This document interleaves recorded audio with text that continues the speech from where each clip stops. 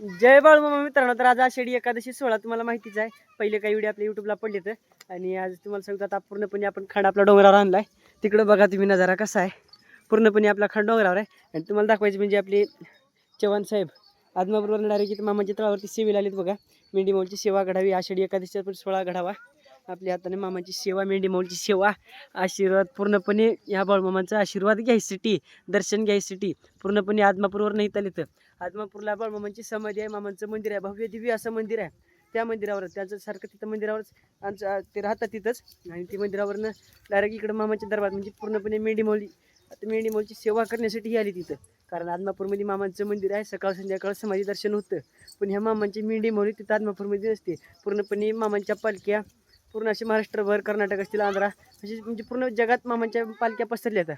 म्हणून सगळे पालखीवरती जेवढी काही आदमापूरची पब्लिक असेल अशी प्रत्येक आषाढी सोहळ्यासाठी येतात, वेगवेगळ्या पालखीवरीने जातात. मामांचं दर्शन, मेंढी माऊलची सेवा आणि नियोजन बघतात बघा. तर साहेब आपलं काय मत त्याच्यावर?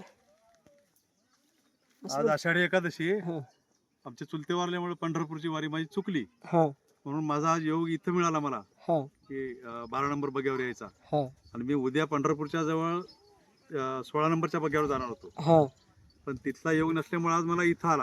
हां म्हणजे बाळूमामाची इच्छा होती हां की कुठल्या ना कुठल्या बग्यावर दर्शन द्यायची आपली, हां म्हणून आज इथे योग आला. बघा आता तुम्ही योगायोग कसा आहे की मामानी स्वतःच या बग्यावरती त्यांना नाही सांग म्हणजे आणलंच पूर्णपणे. मामा म्हणजे तुम्हाला सांगतो, मामा कुठल्या भक्ताची कुठं गाठ घालन हे काहीच सांगायच नाही. पण मामा म्हणजे मामाच आहे बघा. या मामांचं जगी अशी कीर्ती गाजली की नाही बस. मामा पूर्णपणे मुख्य जनावर घेऊन अख्ख्या जगभर मामांची कीर्ती पसरलेली आहे. आता तुम्ही साहेबांचं तुम्ही ऐकलेलंच असेल की त्यांना तिथं जा म्हणजे आज पंढरपुराची वारी चुकली त्यांची, आणि ती वारी चुकली आणि मामाने त्यांना इथं आणलं पालखीवर. त्यांना जायचं होतं 16 नंबर बग्यावरती, पण मामाने योगायोग असा लावला की त्यांना आमच्या बग्यावरती आणलं. मामांची ह्या मेंढी माऊलीचं दर्शन दिलं, मामांचं पूर्णपणे कारभारांचं प्रवचन. आणि आज तळावरती भरपूर असे कार्यक्रम आहेत, ओव्या आहेत. आज दिवसभर ओव्या चालणार, संध्याकाळी कीर्तन आहे, कीर्तन झाल्यावरती मामांची आरती, महाप्रसाद, आणि त्याच्यानंतर लगेच संगीत गाजन ते जागरण कार्यक्रम, पूर्णपणे रातभर संगीत गायन चालणार आहे बघा. तर ह्या सोहळ्याचा आनंद घेण्यासाठी त्यांनी इथं आलेत मामाच्या तळावरती ह्या पूर्णपणे मेंढी माऊलीची सेवा करण्यासाठी. अशा प्रकारे आमच्या तळावरती नियोजन चालू आहे. साहेबांना पण, साहेब तुम्हाला नियोजन आवडलं ना? एक नंबर. एक नंबर. आपण पूर्णपणे आपल्या पालखीचं नियोजन त्यांना आवडलेलं आहे. सगळ्या पालख्या त्यांनी फिरतात. सेवेकरांचं कौतुक हां. करावं तेवढं कमी. परत एकदा तुमच्या सगळ्या सेवेकरांचं कौतुक करावं तेवढं कमी. हां. अशा डोंगराळ भागात येऊन तुम्ही त्यांना हे करताय, बकऱ्यांची सेवा करताय, हो. अतिशय उत्तम आहे. आता इथं करावंच लागणार का? तर पावसाळ्यातली सेवा ही कडक अशी सेवा असते. पावसाळ्यातली सेवा म्हणूनच आदमापूरची मंडळी सगळी येतात.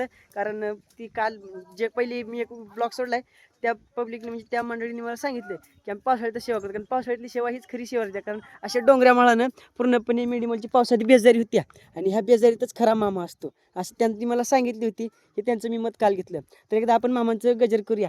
बोला बोला बाळूमामाच्या नावाने चांग भले, मेंढी माऊलीच्या नावाने चांग भले, रुक्माईच्या नावानं चांग भलं, चांग भले, मुळे महाराजाच्या नावानं चांग भले, मेंढी माऊलीच्या नावानं चांग भले, मरगुळाईच्या नावानं चांग भले, राजा घोड्याच्या नावानं चांग भले, हर्षितनाथाच्या नावानं चांग भले. जय बा.